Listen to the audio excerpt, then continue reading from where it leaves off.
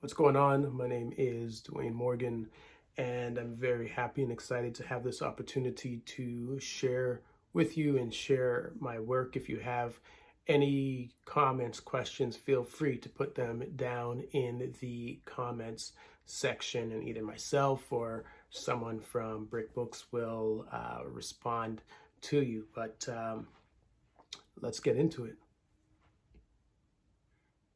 There's a stereotype that exists about Black people and welfare. But the truth to that really matters on who's telling the story and why. You see, I've grown up on a continent built on free and cheap labor, seen colonial empires built off of the sweat equity of people we now label as lazy. How does this even make sense? When the world's greatest welfare recipients all live behind a gated fence, and they're all white, still sucking money from the Commonwealth, who have nothing in common with their wealth. Ask Canada how much we pay every year for them to have high tea and crumpets. I think it's high time that they stand on their own 2 feet. Maybe that would have made it easier for them to welcome Megan into their midst, a Black woman who gave up her job on Suits to follow suit, only to find out that she was not suited for the welfare life. Sorry, Harry. You're going to have to cut the cord and get a real job. Count on a Black woman to stir the pot. They're probably actually used to that. I mean, Black does go with everything, and we have been accessories for generations. Butlers, wet nurses, maids. Imagine pulling up a seat at a table your kind usually only cleans and serves. Imagine the things seen and heard. Imagine the ways people try to watch their actions and their words, and the minute you advocate for yourself, you get called out for being out of turn. This is what happens when we are welcomed into environments where we are tolerated but unwanted, forced to mix like water with oil, forgetting that we are a people who have never needed crowns to remind us that we are royal. Thank you.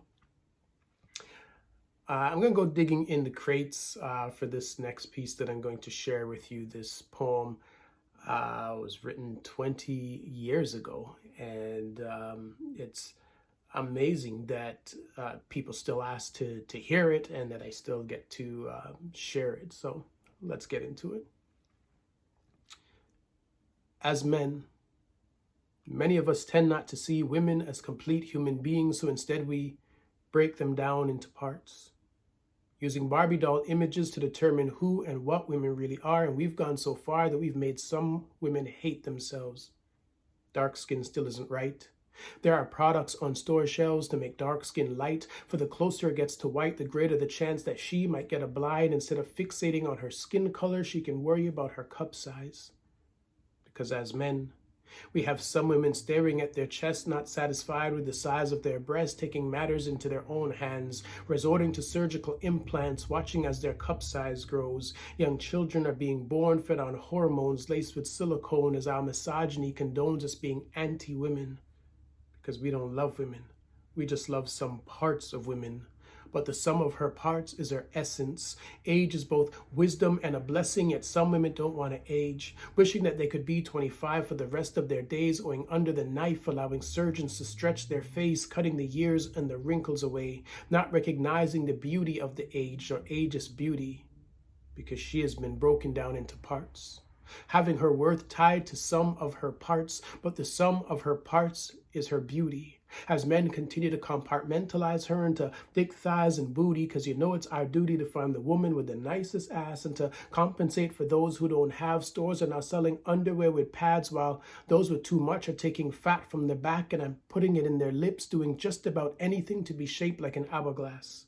Skinny girls have eating disorders, thinking that they're fat, while big girls are on diets trying to look like that. And it would appear to me as though women have gone mad, trying to live up to these standards as we as men set, but could never pass. So she tries to pass by introducing him to her soul, but his sole thought is that her soul is just a hole, so he loves her for her hole, and he thinks she's just a hole. He forgets about her soul and judges her by her hole. But men, we've got to love her as a whole.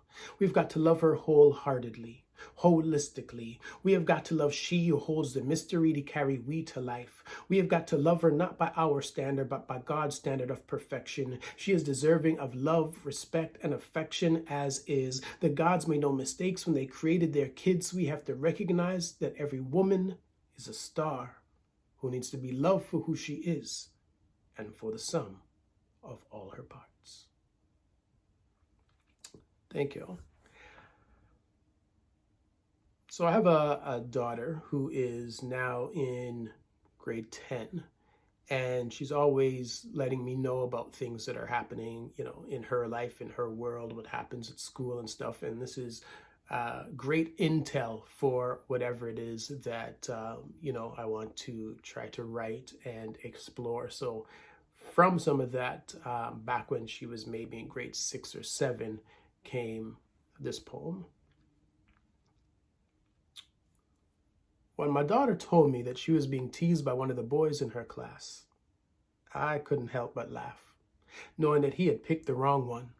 A girl with a razor-sharp tongue who would sharpen her edges on a fragile ego just for fun, if provoked. I let her know that the next time he loses his mind, simply tell him you're only doing that because you like me, but say it when he's with his friends. Watch him shrivel up like the wicked witch of the West, because the worst thing for a boy is to be caught having emotions that aren't anger or aggression, to be forced to be held accountable for his actions and intentions. And who's teaching the boys that no means no? Not maybe she didn't mean it. Not maybe I should try again later. Until such time that boys no longer feel a sense of entitlement simply because of how they were born, I will continue to be a thorn in their sides, a parenting vigilante, okay with Me Too as a movement, but not wanting it to be a part of another generation's reality. So I've given her permission to snap at any boy who thinks that snapping bra straps is cute, to clap back at anyone who gets confused, thinking that they can touch without permission or invitation. And who's teaching the boys that their unsolicited opinions are okay? Until such time that things change, I will continue to teach her to be careful, know where the exits are, yell fire instead of rape, watch your drinks, travel in groups until such time that boys will be boys ceases to be used as an excuse. Freeing them from taking responsibility, I will continue to question, who do these boys become when they are taught that it is taboo to love, to like, to feel? Every 3 days across this land, a woman or a girl is killed 90% of the times at the hands of men. Who's raising the boys who grow up to be them? Who's teaching the boys that rejection is just another part of life?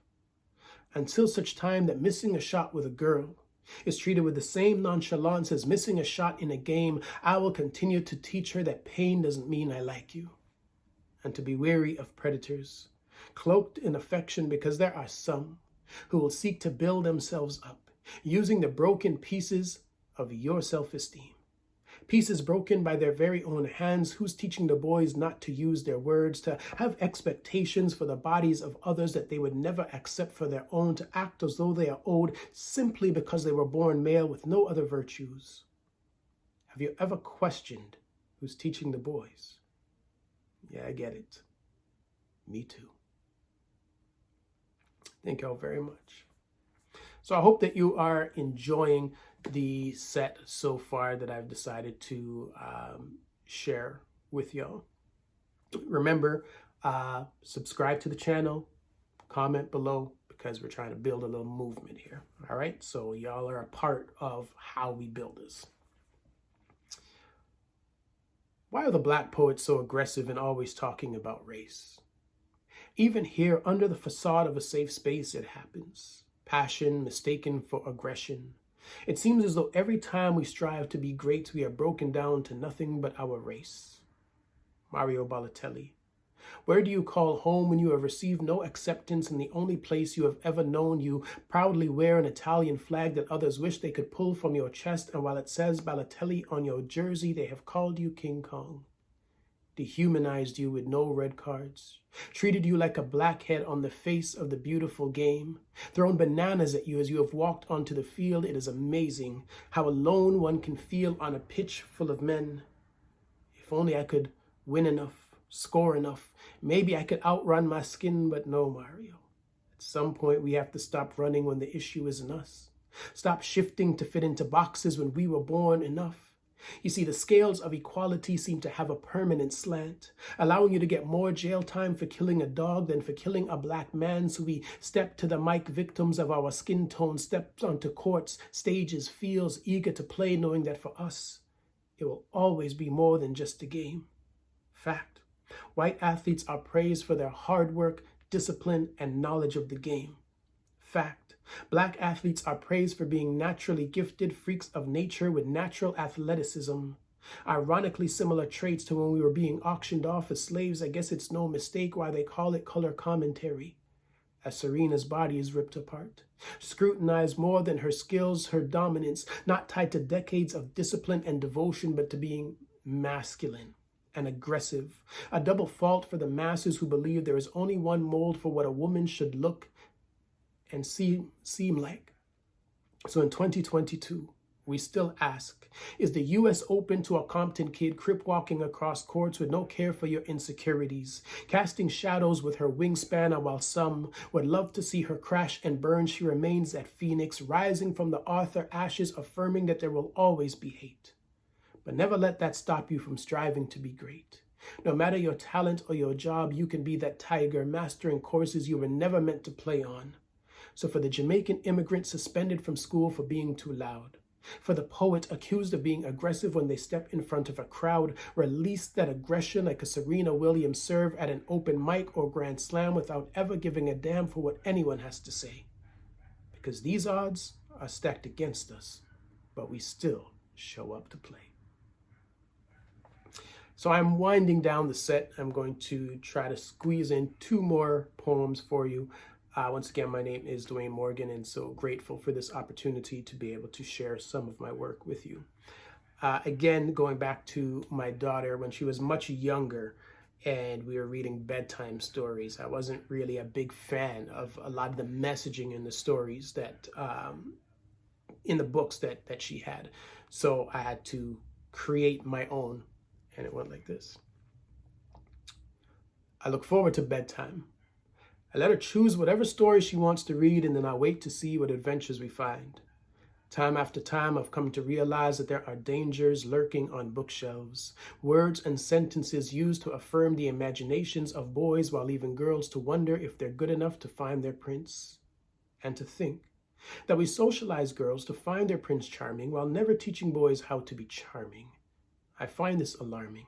So allow me to tell you some things that these books refuse to in this life. You had better learn how to take care of yourself. There is no man coming to save you, but one who will always have your back. As a matter of fact, the man that you choose to love might end up being the one that you need to be protected from. As a matter of fact, your knight in shining armor might come riding in a plaid shirt, stilettos, or both. Who knows? Keep your options open. As a matter of fact, you might even end up alone, and that is also okay. Because there's no reason to believe that you don't already have everything that you need and that some man is going to come and magically make you complete when you are far from a damsel in distress. Look at this world that we live in. If there's anyone that needs saving, it's probably men. So don't just spend your days only fantasizing about a wedding when there's so much adventure to be had. You can be an astronaut and fly to the moon. You can be an animator who invents cartoons. You can be a chemist or a mechanical engineer. You can be a makeup artist, help people style their hair. You can be anything that you want under the sun. But always remember that if a frog comes up to you and asks for a kiss, the first thing you should do is run. Because playing princesses is cool, but there's no reason to believe that your self-worth should be tied to the views of one who sees you as more destined for the sidelines and being in the game. I don't work this hard for you to not slay. So for every young girl who dreams big dreams, who wants to do things this world has never seen, you go, girl. Show off your magic. Be awesome. Make it a habit. Don't sit and be silent. Raise your voice and make noise. Embrace your imagination and leave the fairy tales to the boys. So I'm going to close out the set on this note. This is the title poem from one of the books that I put out in the pandemic. During the pre-movie conversations, one of my friends mentioned that she almost canceled because her cramps were so bad. Just like that, the conversation seemed to become damp and heavy, almost as though an unexpected menstruation cloud had formed over our sunny celebration. Information shared with nonchalance had some up in their arms feeling uneasy with the natural processes of womanhood, and the irony was the ease with which we proceeded to watch the blood and gore in John Wick 3 while struggling with the reality of a woman bleeding in real life. Like a hand just got cut off, and we didn't even blink. But to think that there could be blood in this room sent some to the brink of insanity, yet many of us have played rhythm method Russian roulette, spending weeks praying that she gets it, then having the nerve to be upset that she's bleeding, as though that blood weren't the blessing that we were praying for, as though her egg weren't the sacrificial lamb, saving us from becoming dads, letting us off the hook. Look, I have cut my finger while trying to cook and almost fainted. Struggled to wash the blood away and put a Band-Aid on, and there are some of us who struggle just seeing a tampon box. I once gashed my knee and took 2 days off, the pain making it hard for me to walk, and then in waltz women on crimson carpets, always showing off, bleeding for a week and still showing up, alive and smiling. What magic is she made of? What superpowers does she possess? Maybe it's time we reassess this notion of a weaker sex. Can you imagine how this world would shut down if it was cis men who got periods? History reimagined, leaving room for PMS to be used as an excuse. G20 summits planned around cycles of the moon. Time of the month rooms mandated for every workplace. Sprayed with lavender, furnished with chocolate and sweets. Free use of hot water bottles at your local coffee shop, Advil dispensers for when the migraines pop up, free tampons and pads, flexible sick days to deal with the cramps, a statutory blood holiday where we pay homage to the brave men who have bled before and honor those who are bleeding now. Bloody hell. We would reimagine Moses parting the Red Sea, see menstruation as a badge of pride, have compassion and empathy for other men which we so easily deny. We, like I, who have cried from paper cuts, never experiencing the gut turning of cramps, surprise visits from Aunt Flo, the anxiety of being late, or simply knowing that you've got to handle this one on your own. Blood will be spilled, and you will live to tell the tale that most of us are too weak to even imagine. We will watch our heroes on the big screen, but it is our heroines who bleed, kick ass, take names, adjust their capes, then wait for their next battle to take place. Real life Avengers with no infinity stones, years away from their endgame, but monthly making us marvel, and that is the truth as I see it. Period. Thank you all very much. My name is Dwayne Morgan. Peace, y'all.